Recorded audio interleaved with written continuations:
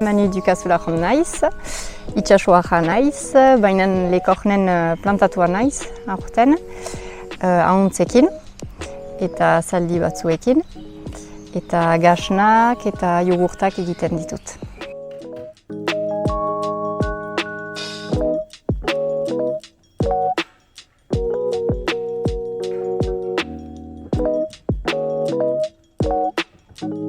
Donc depuis toute petite, j'ai toujours été habituée avec mon père à aller donner les soins aux chevaux. Donc, et après mes oncles ont des fermes. Donc j'étais partie jeune faire des études d'agronomie. Donc j'ai fait une école d'ingénieur agronome à Toulouse. Et par la suite, après, j'ai fait différents boulots dans le monde agricole, que ce soit technicienne, avec des éleveurs de chèvres, de vaches, dans un CIVAM, dans le Mans. Et ensuite, j'étais revenue un peu plus près de la maison pour être formatrice agricole en production animale. Et ensuite, j'ai été animatrice à Idoki pour défendre le label Idoki. Et j'ai fini avant de m'installer, du coup, chargée de mission installation à la CAPB, donc avant de m'installer ici à la ferme Routière.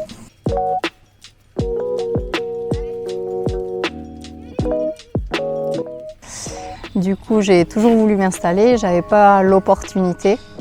Pour moi, il fallait que j'ai une ferme avant de me projeter concrètement dans une installation. Et du coup, j'ai eu l'opportunité de reprendre ces terres d'un paysan qui partait à la retraite. Donc, il me les a proposées. Et donc, du coup, ça a été le déclic pour passer à l'acte de l'installation.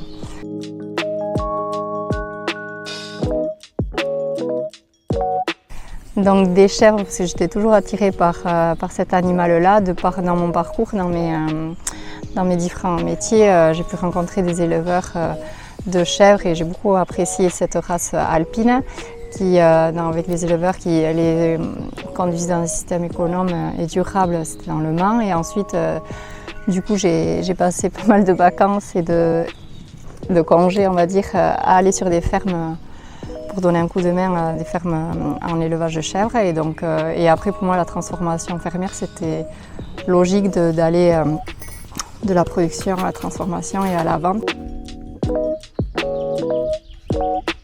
Donc, les chèvres, elles sont conduites du coup sur la ferme Routière. Elles mangent du fourrage, du foin de la ferme, ensuite du foin de luzerne bio.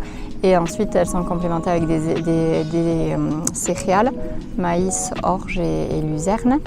Et ensuite, elles sortent dehors au pâturage sur des paddocks en pâturage tournant.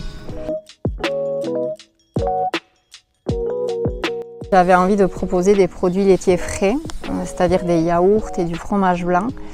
Car c'est notamment un des produits que je recherchais quand j'ai été maman. Et du coup, il n'y en avait pas forcément en local. Et sous le label aussi Idoki. Et donc du coup, voilà, j'essaye de partir sur ces produits-là. Donc du coup, je fais du yaourt à la grecque de chèvre que je veux onctueux et gourmand. Et ensuite du fromage blanc aussi, où on retrouve plus un autre goût, du fromage blanc, là aussi, qui va rester lisse. Pour moi, je l'aime lisse. Et ensuite, on va retrouver la gamme des crottins, des bûches de chèvre. Ça demande de la patience, beaucoup d'essais, beaucoup d'adaptation, on va dire, parce que c'est du vivant, on travaille avec du lait et le lait, il n'a pas la même composition tous les jours aussi en fonction de l'alimentation et aussi physiologiquement des chèvres. Et donc du coup, oui, ça demande on va dire plus d'adaptation. Oui.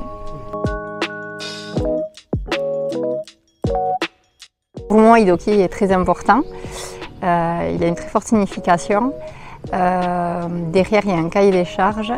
Il y a des hommes, des femmes, beaucoup d'engagement dans la défense d'une production fermière. Et donc du coup de petite taille, pour moi c'est important cette notion de petite taille des fermes. J'élève d'abord mes animaux, je produis, je transforme et je vends. Donc c'est vraiment la notion de petite taille à taille humaine, toutes les étapes de A à Z et en direct du coup avec les consommateurs et cette notion de localisation territoire et évidemment les pratiques environnementales aussi derrière dans la conduite des animaux et des prairies.